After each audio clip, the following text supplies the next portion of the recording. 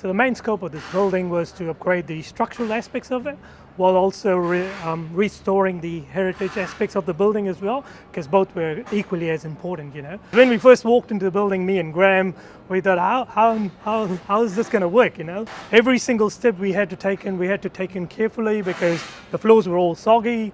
There were just stuff lying around everywhere. So the building was in a terrible condition to start with, but then obviously we took it as a challenge, like we always do, and we have successfully now got to a stage where the building can be used. You know, we had to make sure that everything that we build is in accordance with the commercial regulation, complies with the commercial regulation side of things.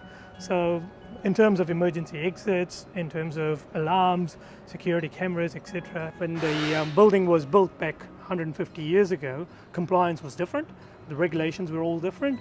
When you compare them to now, we had to make sure we install the services so that they're compliant to the current regulations. This room is one, we call it the story room, where we've tried to retain the original fabric in its condition that it was.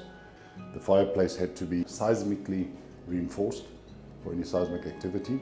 The bricks were taken from other parts of the building, so it's still the original fabric.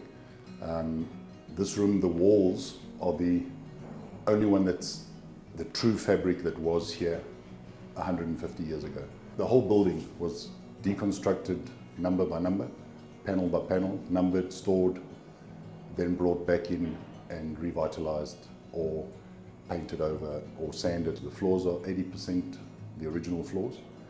Some of it was badly burnt and waterlogged, so we had to replace some of it. This whole eastern wall had to become a firewall for compliance for commercial use. So it was stripped entirely down to nothing. There were 6 steel posts placed on new foundations in the ground, running from foundation all the way up to the gable. Then it was fire rated. Then we had to put back all of this tongue and groove, which is not the original fabric. It was just too damaged. So we've copied it as best we can.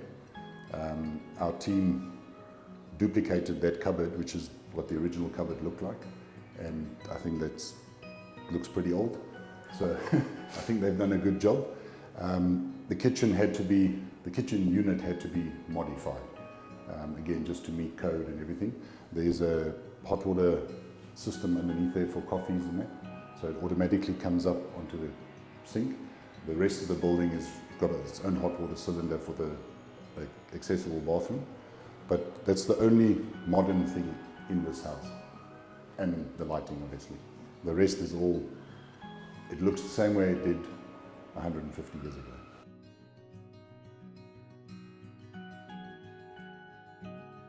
As you can see, the fire damage is still visible.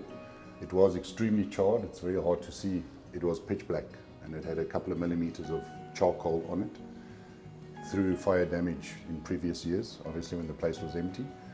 So they really wanted to retain something in its true original state. So we proposed sandblasting it, which was no easy task, but we eventually got it down to this sort of shape. They were looking at oiling it and all that, and they've eventually decided that it's just too beautiful to touch it. So it tells a story and it's now staying like that.